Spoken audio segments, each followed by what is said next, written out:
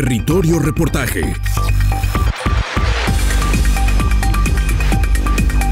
Porque todos tenemos una historia que contar. Con el periodista Agustín del Castillo.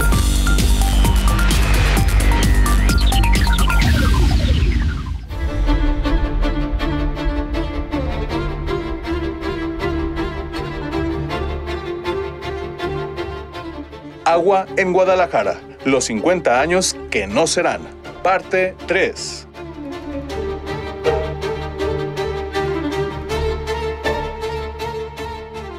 La crisis que el gobierno de Enrique Alfaro agudizó en el sistema intermunicipal de agua potable y alcantarillado de Guadalajara no se explica con el expediente corrupción o de agencia de colocaciones, fenómenos que sin duda ha padecido el organismo creado hace casi medio siglo a lo largo de los diversos gobiernos. Se trata de un problema más profundo, que en buena medida deriva de que el costo de producir cada litro de agua potable ni es pagado por los usuarios, ni es compensado con subsidios. Por cierto, una forma diferente de lo mismo. Los subsidios también salen de los bolsillos de los contribuyentes. A partir de ahí, se pueden colgar todas las demás críticas. La mala gestión de la paraestatal, la incapacidad técnica de muchos de sus elementos, la compra de insumos insuficientes, la falta de mantenimiento de la infraestructura, la falta de nueva infraestructura, la cobranza deficiente, el uso descaradamente político-electoral del tema, los malos manejos de su presupuesto, la destrucción del servicio civil de carrera y la colocación de personas evidentemente incapaces en cargos de responsabilidad. Pero no olvidemos lo primero, el CIAPA cobra el agua a menos de lo que invierte en producirla y eso no cambió con el aumento cercano a 10% del pasado mes de junio. Y mientras subsidia a casi 90% de sus usuarios con agua más barata, no recibe subsidios por hacerlo. Ningún modelo de negocios, estatal o privado,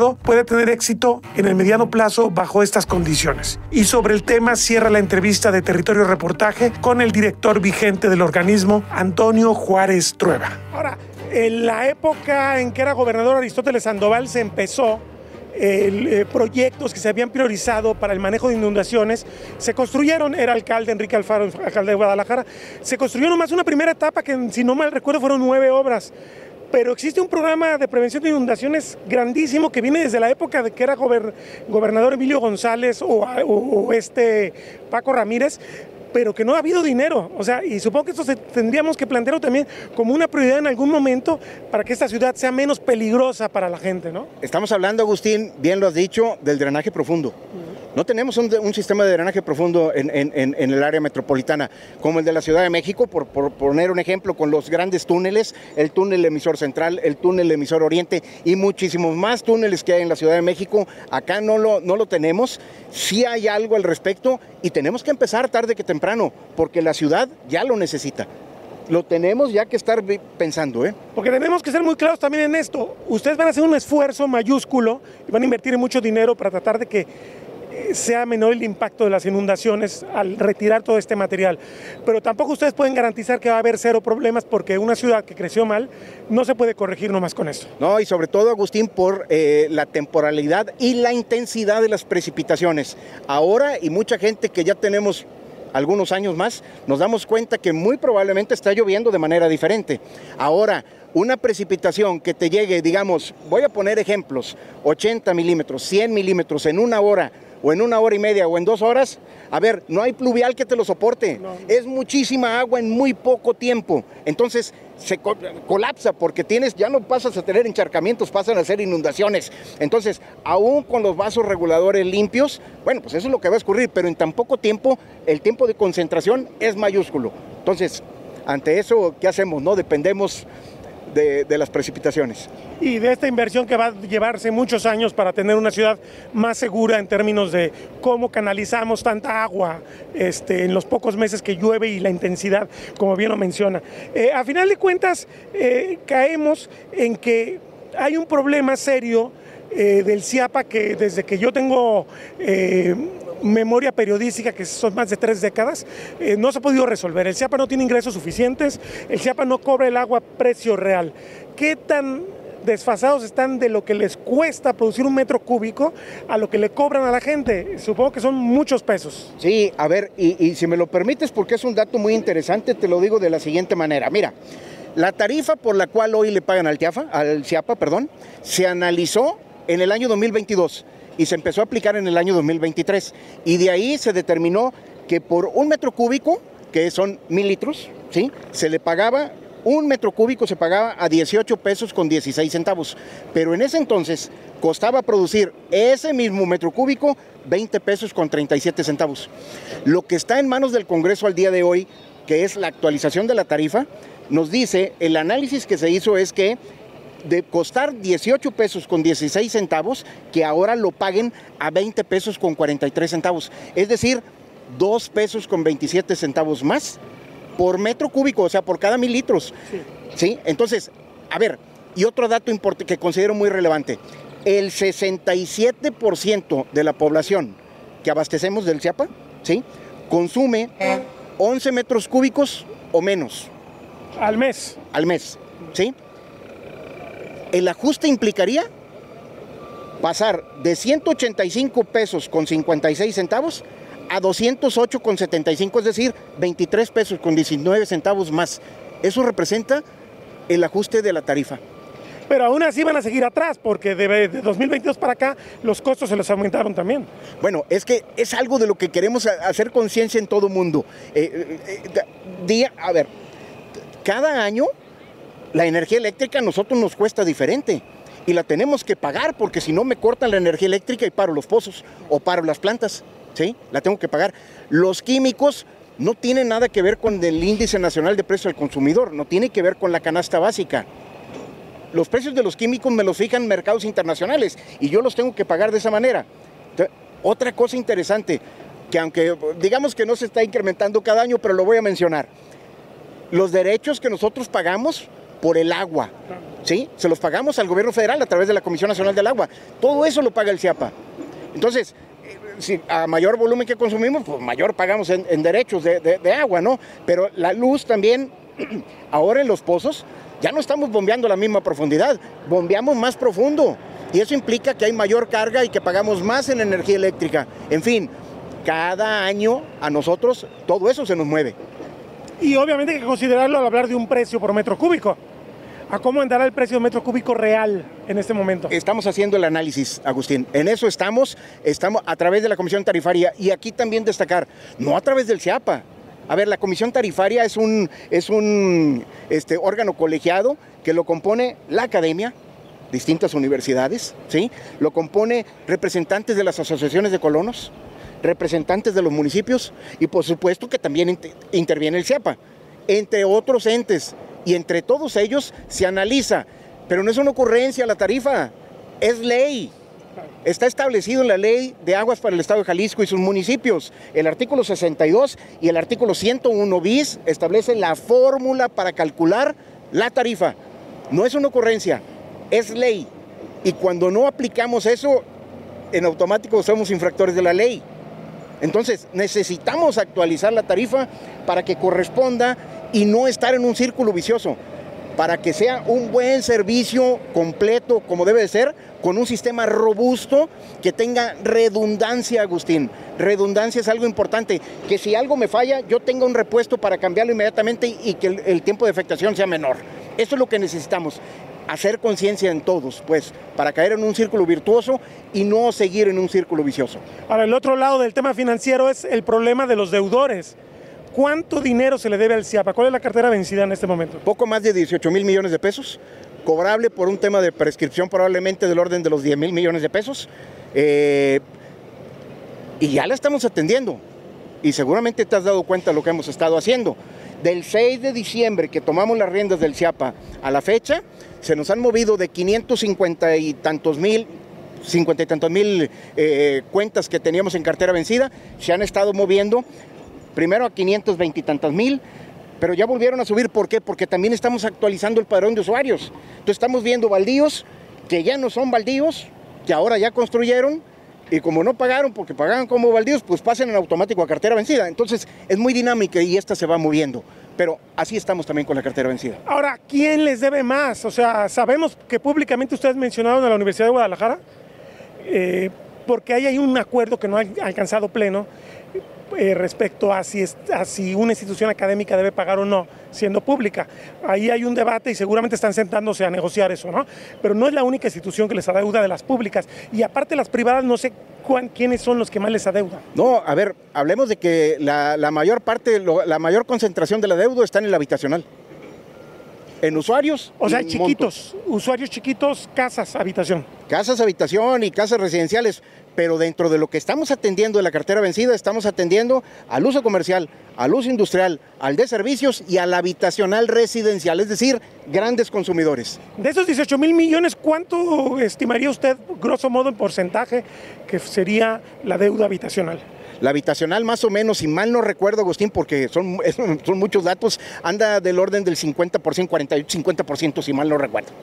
Ahora, entiendo que muchos ayuntamientos, que son parte además de la mesa del CIAPA, porque pues el CIAPA es un organismo en que se sientan los alcaldes con el gobierno del estado y todo, muchos ayuntamientos también le están adeudando de varios edificios. Estamos revisando toda la cartera y estamos en pláticas con todos para concientizar y que todos se sumen al CIAPA para tener un mejor servicio. Ahora, la gran industria o los grandes comercios, las plazas comerciales, ¿cómo están ahí el tema de los adeudos? Seguramente ustedes ya vieron que estamos actuando, los estamos visitando, los estamos notificando y estamos actuando desde la perspectiva de que si a ellos sí les podemos cortar el servicio, lo estamos haciendo, pero también cerrando el drenaje y se están acercando para que caigamos en un plan para ya sea el pago o convenio o lo que sea, pero ya lo estamos atendiendo así. Al habitacional no, al habitacional estamos reduciendo nada más para que... Lo que la ley prevé. Es correcto, así mero, Agustín.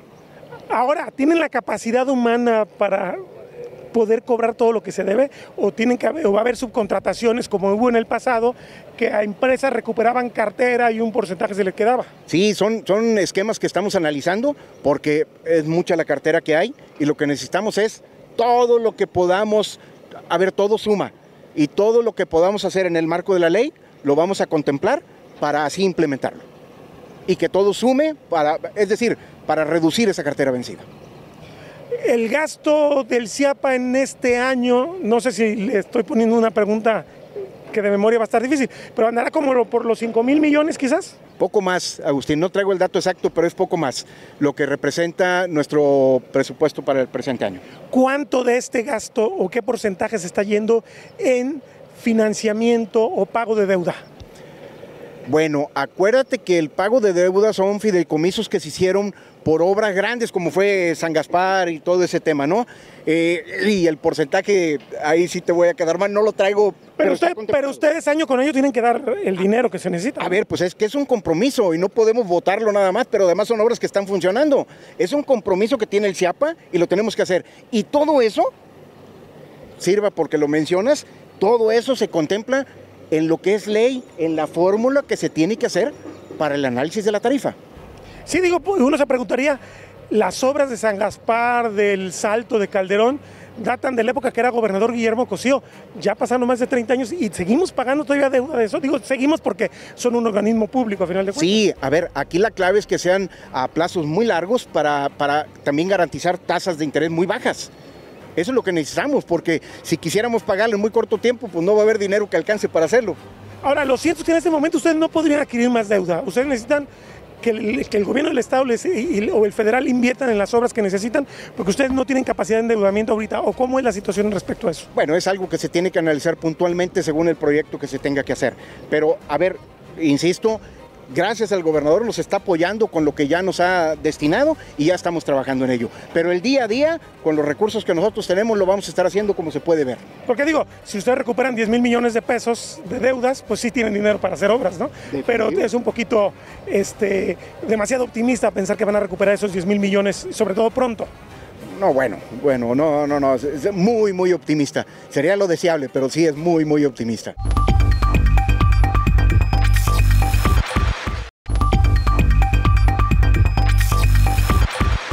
Hay Hay otra mirada más experimentada sobre lo que sucede en el organismo, la del exsecretario técnico y miembro desde 2012 de su comisión tarifaria, así como investigador y catedrático del ITESO, Rodrigo Flores Elizondo. Autor de un importante trabajo sobre las negociaciones en el río Lerma, el académico reconoce que hemos fracasado como sociedad los urbanitas, que no somos capaces de compensar a las regiones que nos entregan su agua. Y eso hace azaroso y complejo el tema del abastecimiento de la gran metrópolis. En Los Altos también se dio el siguiente capítulo, que de algún modo podemos decir que se resolvió cuando López Obrador interviene y se decide que el Zapotillo no va a inundar los pueblos, no va a llevar agua a León, pero lo dejan de un nivel tan bajo que uno a estas alturas se pregunta si realmente hay una solución ahí.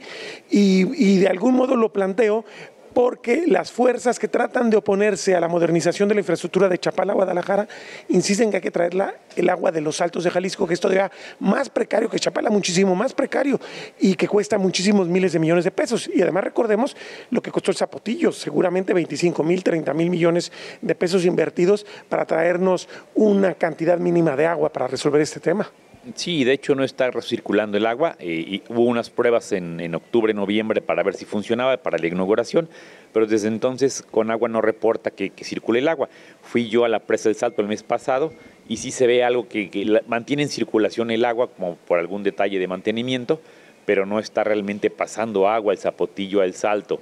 Entonces ahora el Salto se vuelve a la nueva zona de la presa del Salto, se vuelve a la nueva zona de sacrificio porque nunca había estado tan baja. Entonces, es un lugar donde pues hicieron balnearios, la gente tenía sus casitas, pues disfrutaban de esa presa, que nunca se vaciaba más allá de sus 70 millones de metros cúbicos, oscilaba de 85 a 70, que era lo que le quitaba la evaporación y el uso de... Tepatitlán le está sacando agua, creo que 400 litros. Más o menos, tiene concesión de 131 litros por segundo, okay. usa más o menos esa, tiene concesión de 300. Okay. Pero usa solo 131 según los registros de Conagua, también tiene pozos y 10 veces más es la que se jala para Guadalajara desde el año pasado.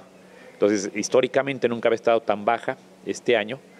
Esperamos que ya empiece a recargar porque pues esa gente pues va a bajar su calidad de vida. Para que nosotros podamos tener agua deberíamos ahora también darles algo a ellos, o sea, ser solidarios con los territorios que vamos desecando.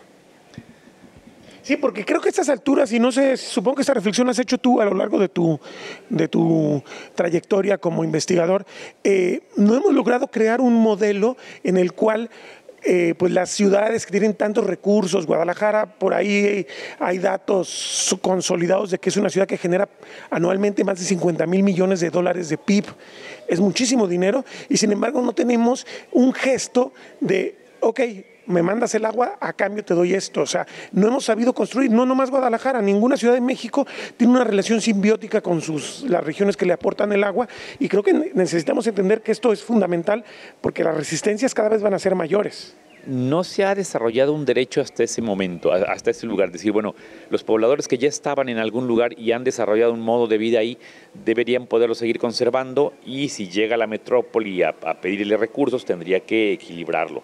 Hasta ahí no ha llegado el derecho económico ni ambiental y debería llegar. Entonces nosotros, si vamos a usar el agua del Salto, deberíamos darle algo a la gente que tuvo esa agua que se desarrolló por 30 años, es una generación, ya tendríamos que darles algo. Y entonces, no, simplemente nos llevamos el agua y ya. Entonces eso es lo que no es correcto socialmente, no tiene sentido. Es como si Estados Unidos se llevara recursos de nosotros porque sí, porque puede, porque tiene más armas que nosotros y no nos compensara. Entonces nuestro nivel de vida bajaría. Pero si él en lugar de eso nos propone colaboración, todo sale mejor. El ganar no es 50-50, es 70-70, es producir más. A eso deberíamos tirarle.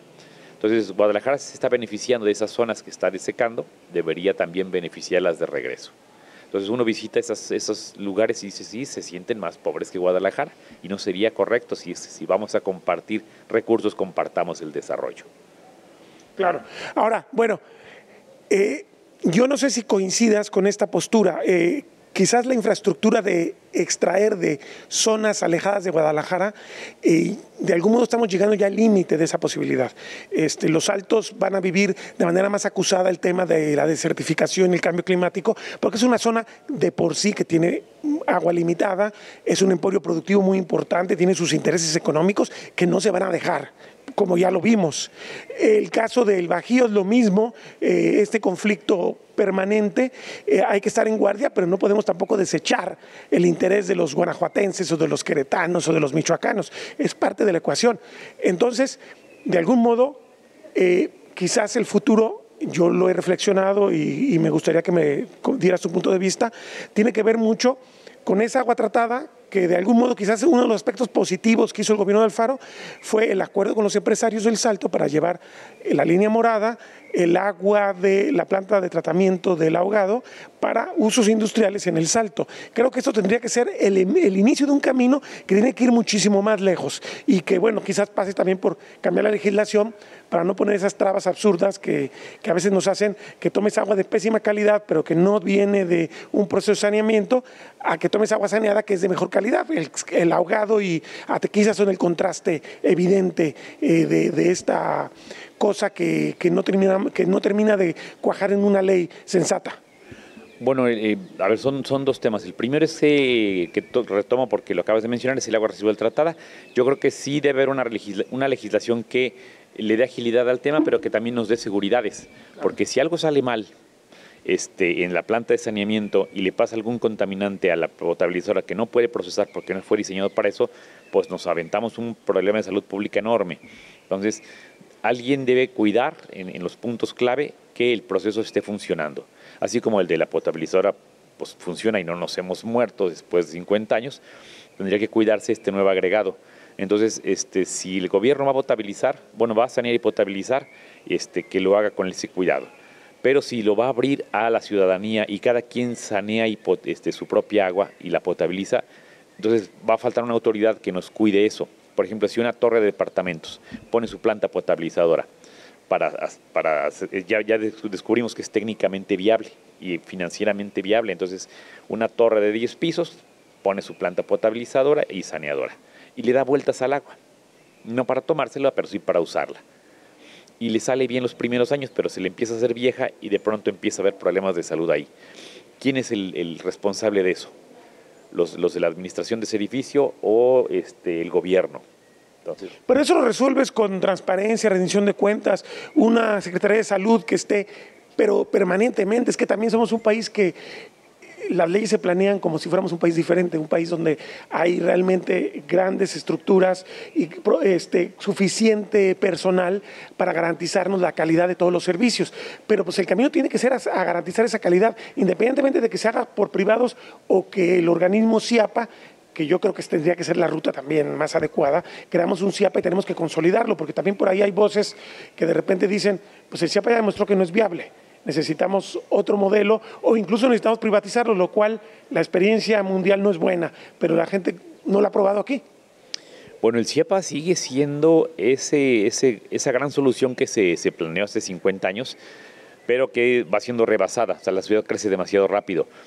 Yo creo que la incorporación de nuevos usuarios era de justicia mínima.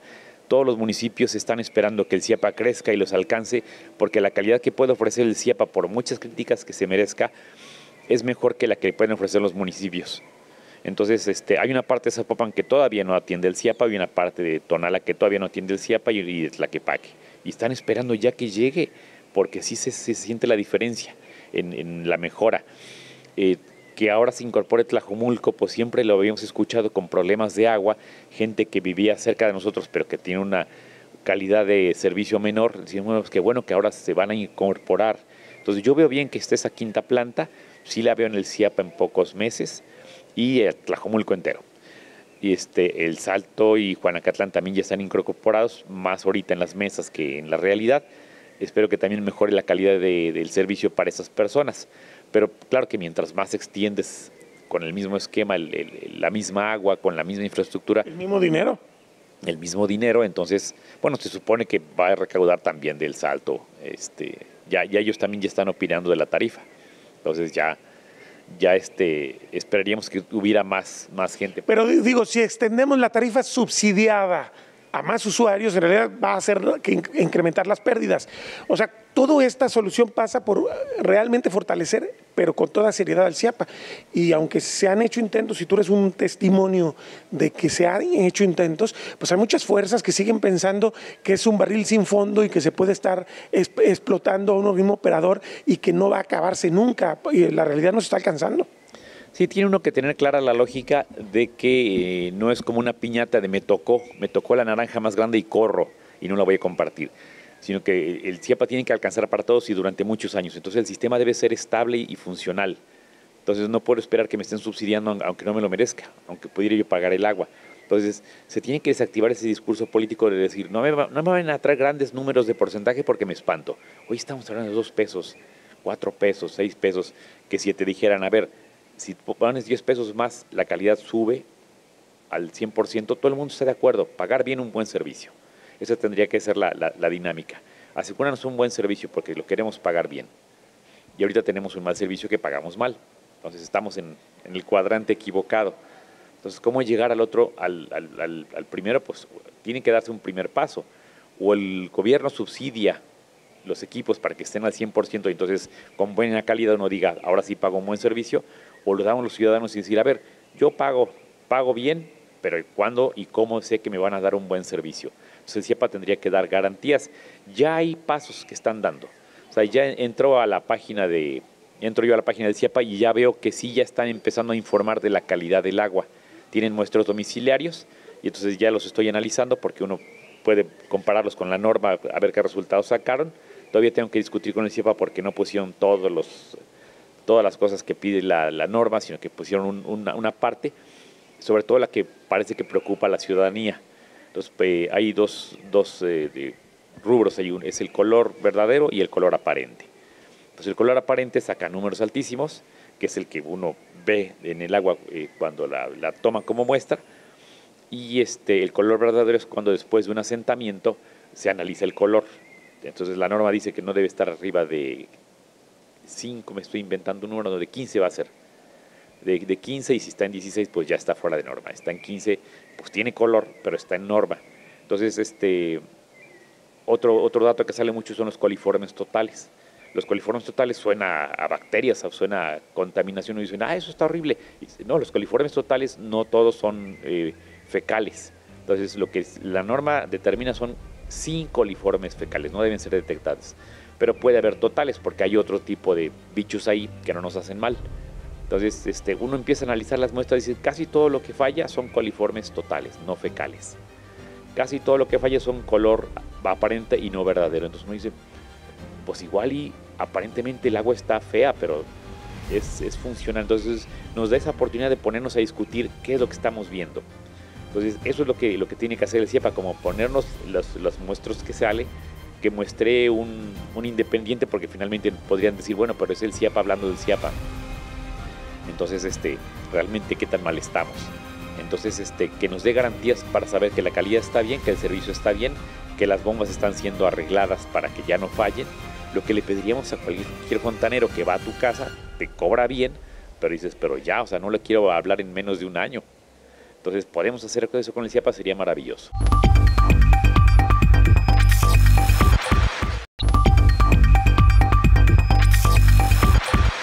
El analista de temas de agua, Juan Pablo Macías, entregó a Territorio Reportaje una corrida de cifras ofrecidas por el exgobernador Enrique Alfaro en su 6º informe de gobierno, a finales de 2024, y las contrastó con los datos de la fuente oficial, el CIAPA, y de otros organismos como la Comisión Nacional del Agua. La conclusión es que el exmandatario dio información entre engañosa y falsa para tratar de colgar un logro de garantizar agua a la ciudad por medio siglo. Hay sin duda pasos importantes e inversiones, pero de ningún modo el área metropolitana de Guadalajara tiene hoy esa garantía. En el 6º informe de gobierno, tomo 1, página 209, se hace la siguiente aseveración. Durante la administración 2018-2024, el gobierno de Jalisco implementó una política de abastecimiento de agua para el área metropolitana de Guadalajara que permitió duplicar el volumen de agua disponible para la ciudad, de 10.56 metros cúbicos por segundo en 2018 a 20.59 en 2024. Con esta política, el gobierno de Jalisco ha asegurado el abasto de agua para la área metropolitana de Guadalajara los próximos 50 años. Luego muestra una tabla con el abastecimiento de agua en metros cúbicos y lo compara con los datos del año 2018. Dice Juan Pablo Macías: lo que no especifica es que esos datos, al menos para las fuentes superficiales, son de extracción, pero no de suministro. Agrega: cada fuente superficial tiene pérdidas, pero en el caso de Chapala son elevadas. Esto se debe a que sigue en operación el sistema antiguo de 1955 con pérdidas por evaporación y filtración, pues es un canal no revestido, es decir, a cielo abierto, y a que el acueducto revestido entregado en 1989 no ha recibido el mantenimiento adecuado y ha rebasado ya la edad de operación para la que fue diseñado. Según el exgobernador, en el documento mencionado, en 2018 Chapala abastecía a Guadalajara con 6.468 metros cúbicos por segundo, pero no es cierto. Ese caudal fue de extracción. El caudal suministrado por Chapala en esa fecha fue de 5.956 metros cúbicos por segundo, es decir, con una pérdida de 0.512 metros cúbicos por segundo. La tabla agrega que en 2024 Chapala abasteció a Guadalajara con 7.95 metros cúbicos por segundo, pero no fue así. En 2024 se extrajo de Chapala un volumen de 231.724.217 metros cúbicos, según los datos del CIAPA, lo que significan 7.348 metros cúbicos por segundo, pero lo suministrado a Guadalajara fue de solo 6.597 metros cúbicos por segundo, es decir, una pérdida de 0.751 metros cúbicos por segundo o 751 litros. Esto, añade Juan Pablo Macías, está muy lejos de 7.95 metros cúbicos por segundo que se reporta en el informe. Hablamos de 1.353 metros cúbicos por segundo de diferencia con el caudal real extraído, de acuerdo a los reportes del CIAPA. Respecto al sistema de presas El Salto, la red Calderón, el exgobernador afirmó en el informe que se aportaron en 2018 1.162 metros cúbicos por segundo, lo cual no es correcto, pues significa la misma confusión entre caudal extraído y suministrado. La realidad es que el caudal que suministró la presa Calderón, única del sistema en ese momento, fue de 1.124 metros cúbicos por segundo, más una pérdida de 0.038 metros cúbicos por segundo, es decir, 38 litros. Para 2024, el documento oficial asegura que ese sistema de presas abasteció 2.60 metros cúbicos por segundo, ya con la entrada en operación de la presa El Salto, pero se trata de nuevo de un dato de extracción y lo reportó como de abastecimiento. Los datos debidamente cribados apuntan a una extracción desde la presa Calderón de 1.539 metros cúbicos por segundo, mientras, si se da por bueno el anuncio de que El Salto aportaría 1 metro cúbico por segundo, sumados dan 2.539 metros cúbicos por segundo y una pérdida de 0.068 metros cúbicos por segundo o 68 litros por segundo, para un volumen recibido en la planta de San Gaspar de 2.471 metros cúbicos por segundo. El Zapotillo apenas está incorporando agua al sistema este año 2025, pero en todo caso, el acueducto de Calderón a San Gaspar está topado en 3.000 litros por segundo y mientras no se amplíe esa capacidad, no puede rebasar ese tope. A esto hay que añadir la aportación del agua subterránea, 2.930 metros cúbicos por segundo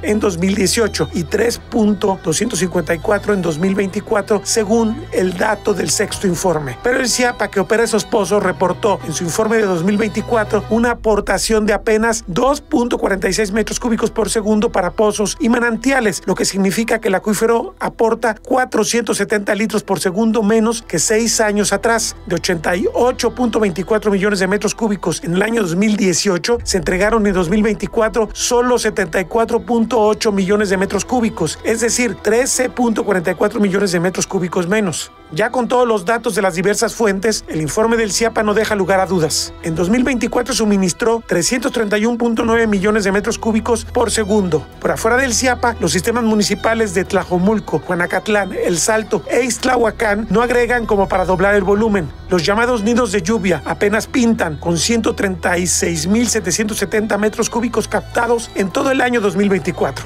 Y el agua de reuso de la planta de tratamiento del ahogado arroja 2.6 metros cúbicos por segundo extra, pero en realidad solo se entregan hasta 128.5 litros por segundo en la línea morada. En resumen, se suministraba a Guadalajara 10.01 metros cúbicos por segundo en 2018. Se le entregan ahora 13.127 metros cúbicos, con lo que apenas se cubre el déficit que ya se reportaba hace 7 años. No hay evidencia de que se entreguen 20.591 metros cúbicos por segundo segundo que arroja el sexto informe. El tema del acuífero y la lluvia es una ecuación que ha sido profundamente alterada en esta ciudad. Los nidos de lluvia podrían ser parte de la respuesta para recuperarla, pero no termina de convertirse esto en una política pública central, asegura el experto en sistemas de agua subterránea Arturo Gleason Espíndola, activista y académico de la Universidad de Guadalajara. Sobre los nidos de lluvia como respuesta al desafío que tiene la ciudad tanto en abastecimiento como en regulación de inundaciones, yo creo que el programa como tal está muy acotado. Es un programa social, es un programa que va más enfocado a ayudar a las familias que tienen escasez o cierta escasez de agua que ellos pues definieron bajo sus criterios desde el CIAPA para elegir las colonias supuestamente con mayor escasez de agua, pero no son resultado de un plan hídrico metropolitano en donde se identifique la modalidad de captación de agua de lluvia para ponerlo en un contexto de abastecimiento y de regulación de inundaciones. Esto es, la ciudad, como sabes, está subdividida por cuencas, subcuencas, microcuencas y nanocuencas, y cada área geográfica específica o zona hidrológica específica pues tiene sus características. En algunas no existen espacios para captar agua de lluvia con tanques, otras no tienen, el suelo no tiene la capacidad de infiltración, que también son medidas de captación de agua de lluvia, o no hay espacio para vasorreguladores. Entonces, nidos de lluvia es una política, un proyecto reactivo de Enrique Alfaro para mitigar un poco la sed y también un poco darse ese baño de sustentabilidad, y que lamentablemente pues su alcance es muy limitado, y más en lo que están ejecutando, ¿no? Que está en función más bien de una necesidad social o grupos vulnerables, ¿no? Que pondera en qué medida pueden ser útiles solamente una parte de la respuesta, y que Alfaro dejó unos miles, ¿para qué sirve? Más allá de que cada familia haya sido subsidiada. Sí, como tal, los nidos de lluvia no creo que tengan un gran impacto en el abastecimiento, más que es poco, porque los tanques son limitados, y también en la mitigación de inundaciones. Repito que realmente si hubiera una política pública de aprovechamiento de agua de lluvia en las más de 100,000 hectáreas, es un proyecto que involucraría varios tipos de tecnologías de aprovechamiento, y que bajo una coordinación con base a estudios serios de diagnóstico, donde pudiéramos determinar en cada nanocuenca, microcuenca, subcuenca y finalmente en la cuenca qué tipos de sistemas se puedan instalar para retener, almacenar agua y aprovecharla. Creo que tendría sentido que la captación masiva, bien planeada, bien implementada, bien supervisada, bien mantenida y sobre todo monitoreada, que es otra cuestión débil que le vio nidos de lluvia, no existen reportes, al menos hasta ahorita no lo he visto. Si está, o sea, lo tienes, me encantaría tenerlo, pero no existe un monitoreo continuo de cómo están funcionando los sistemas.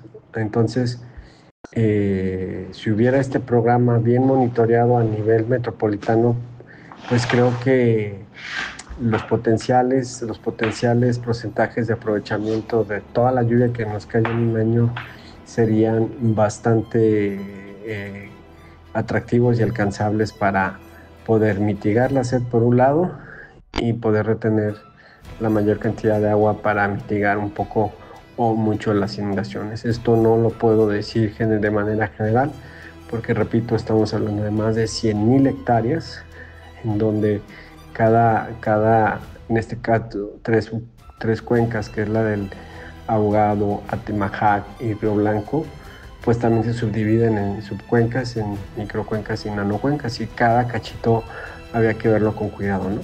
Entonces, solo así, analizándolo de esta manera, creo que el tema del aprovechamiento cobraría mayor relevancia como medida de captación y también como medida de mitigación de inundaciones.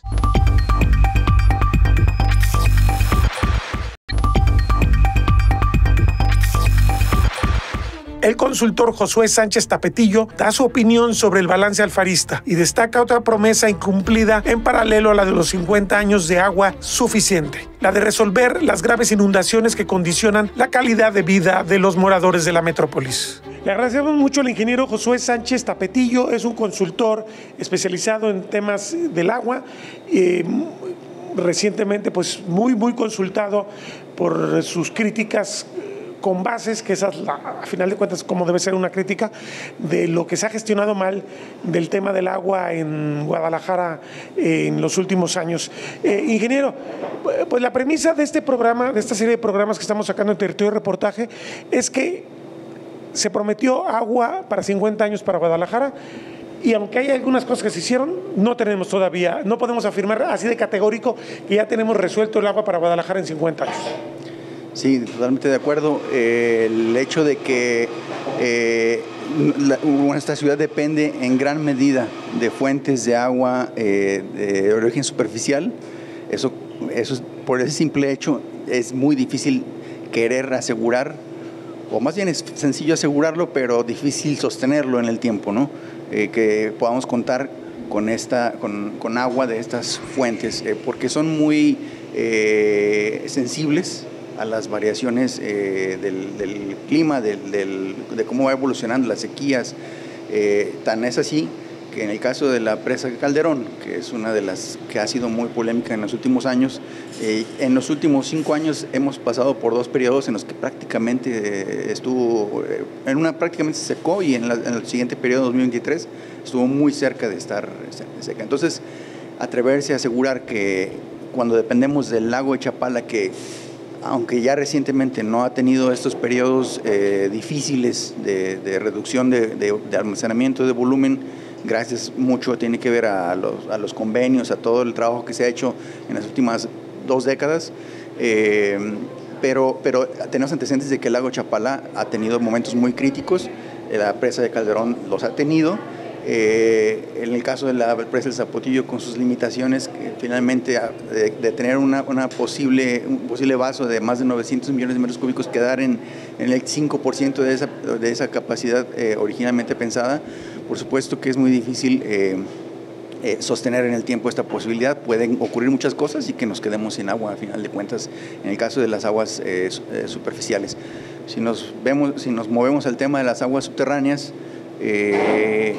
hay una situación que, primero, como han sostenido algunos investigadores, algunos académicos, no tenemos certeza clara de cuál es el estado actual de esos acuíferos, de nuestros acuíferos. En el caso del acuífero de Atemajac, el de Toluquilla, que son de los que dependemos en gran parte, ¿no?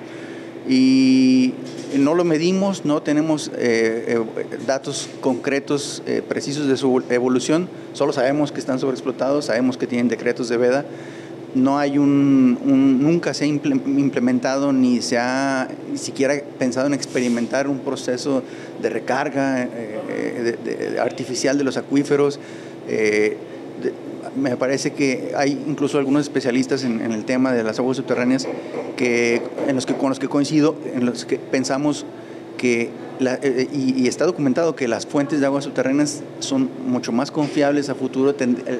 Vamos a depender y es más seguro pensar en que podamos explotar estas aguas, pero también no son infinitas. Tendríamos que estar trabajando en la recarga de los acuíferos en un programa intensivo para que podamos revertir todas estas décadas de urbanización intensiva que han desaparecido, han borrado cauces, escurrimientos, pero también zonas de recarga, las aledañas a la ciudad, que son las que finalmente terminarían de alguna manera favoreciendo la recarga del acuífero y que podamos hacerlo sostenible en el tiempo, ¿no? Sí, porque aquí habría que señalarlo, no tenemos realmente una política pública para el manejo del agua subterránea. Guadalajara hasta el 55 del siglo pasado dependió 100% del agua subterránea, y parece que a partir de entonces se nos olvidó que hay un ciclo en el agua y que el agua llueve, tiene que recargarse y necesita un espacio donde se infiltre y nos hemos dedicado desde el 1955, ya empezaba desde antes, pues, pero quiero poner la fecha por la entrada de Chapala, a pavimentar y a impermeabilizar el suelo.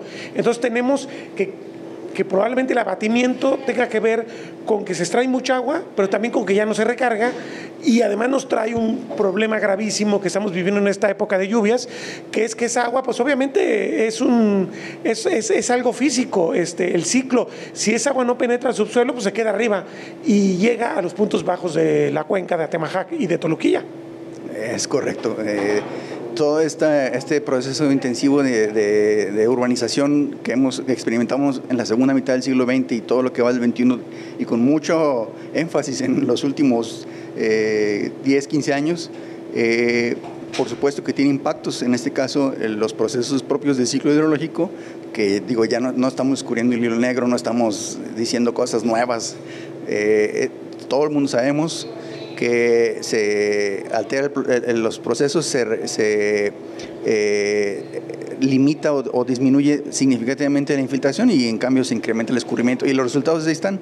Digo, independientemente de que los temas en estos días han sido que si él es la basura, que si es la urbanización, y el hecho es de que todo ese impacto de no estar permitiendo la recarga del acuífero y de tener las aguas que se precipitan a nivel de superficie, pues lo estamos viendo en cientos y cientos de casas afectadas en lo que va de la temporada de lluvias, y que también ahí hay cosas que comentar en cuanto a las acciones o la falta de acciones que hemos visto que no han ocurrido en los últimos años en esa materia, la materia del control y el manejo de las aguas pluviales, que en ese sentido creo que han quedado mucho a deber en los últimos años.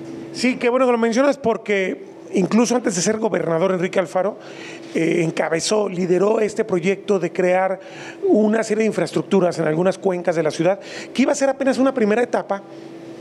Prometían varias etapas, el famoso plan de control de aguas, el PROMIAP que le llamaban, un plan para controlar estas aguas y para reencauzarlas ya fuera hacia vasos o hacia el subsuelo. Y fue una promesa que desde 2015 se hizo, incluso que se iba a beneficiar al CIAPA, que el CIAPA no iba a gastar dinero. Estamos 10 años después, el CIAPA endeudado por estas obras, y además no se avanzó, se quedó en eso y ya no pasó nada. Pero la urbanización, la expansión urbana sí continuó. Sí, por supuesto. PROMIAP primero, desde 2007-2008, PIMI después, que le cambiaron el nombre, realmente se quedó en unas cuantas obras, siempre todavía con el mismo principio de captación y desalojo rápido del agua, que no han dado resultado. Pocas obras de regulación. En este caso, una de las que se tenía contemplada, la del depósito San Rafael, que en el PROMIAP, si lo revisamos, se había propuesto un volumen necesario de almacenamiento de hasta 80,000 metros cúbicos en ese sitio. La obra que se construyó no alcanza los 25,000 metros cúbicos, entonces prácticamente se quedó a la cuarta parte, y ahora estamos viendo los resultados, que las colonias aguas abajo, el San Andrés, en la avenida Manuel M. Ponce, toda esta zona con niveles altos de inundación.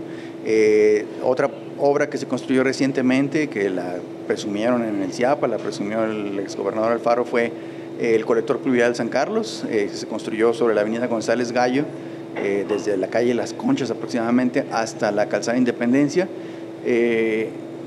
Era previsible que no iba a funcionar porque es una obra que se construye en la parte más baja de la cuenca, donde ya estamos recibiendo todo el volumen de agua. Es absurdo querer pensar que una obra va a controlar el escurrimiento justo en el sitio donde ocurre la inundación. Tienes que hacerlo aguas arriba, ¿para qué dejar que el agua llegue hasta ese punto? Pero, en fin, construyeron esta obra, y justamente estos días vimos cómo en esa zona se alcanzaron niveles de hasta 1 metro, 1,50 metros de agua, dañando también decenas de casas. Son las dos únicas obras pluviales, probablemente hay alguna más que recuerdo del gobierno del estado, algunas que construyó Zapopan. El de ANI, me parece que es el mismo ejemplo que en San Rafael. Me impresiona, de hecho, que el desgaste político que implicaron esas obras para no ser solución. Si te ibas a desgastar tanto, ¿por qué no hiciste la obra que necesitabas? Es correcto. es algo que no les gusta nada a los políticos, el hecho de tener que perder votos, perder capital político. Ahí lo perdieron mucho sin resultados. Recuerdo una obra en Zapopan, en lo que es el bosque pedagógico del Agua, Colomos 3, ahí se había proyectado un vaso regulador, un sistema de vasos reguladores de hasta 250,000 metros cúbicos, si mal no recuerdo, pero finalmente se impuso el concepto del bosque pedagógico, no se construyeron los vasos reguladores. Al final, en el sexenio de Pablo Lemus, en el segundo sexenio de Pablo Lemus en Zapopan, construyeron un vasito pequeñito de 30,000 metros cúbicos contra los 250,000 que se requerían. Pues los resultados los seguimos viendo en Patria y Romanos, Patria y Alberta, niveles de agua impresionantes que arrastran vehículos, que están a punto de arrastrar personas. No avanzamos en esa materia. Y el impacto directo que esto tiene, regresándonos a los procesos del ciclo hidrológico, no estamos reteniendo agua en la cuenca para poder recargar nuestros acuíferos. Es un doble problema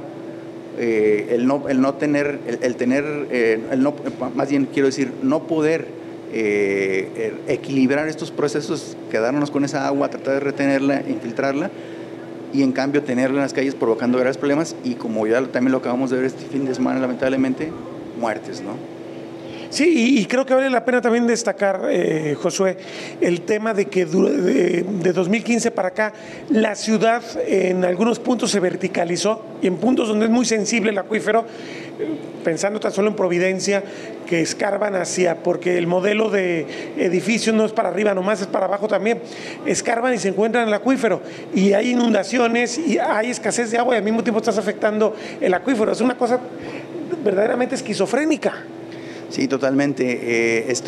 Tener que estar liando, que también es un problema muy complejo, el cómo se dispone de las aguas que están en el subsuelo cuando llegan a hacer estas excavaciones profundas de hasta 15 metros, 20 metros probablemente, para la cimentación de los edificios, para el espacio de estacionamientos, porque este modelo de tener estacionamiento en el sótano, 2 o 3 niveles de comercios y después departamentos u oficinas, el modelo del negocio muy exitoso, al menos para que también, fuera del tema hídrico, que también tiene otros impactos de gentrificación, etcétera, etcétera, pero que hay muchos pequeños y no tan pequeños impactos que nadie está midiendo, que no estamos estimando adecuadamente, que tienen que ver con el flujo de las aguas subterráneas, lo que se hace con ellas mientras está en construcción y después, porque estas torres, muchas de ellas terminan finalmente equipando sus edificios porque les cuesta mucho trabajo contener el agua en el subsuelo, que se les termina infiltrando los sótanos, entonces terminan teniendo sistemas de bombeo que todo el tiempo están consumiendo energía, pero que además están aventando toda esta agua de manera constante, de manera permanente a los drenajes. Y otros impactos del microclima de la zona, de los vientos, el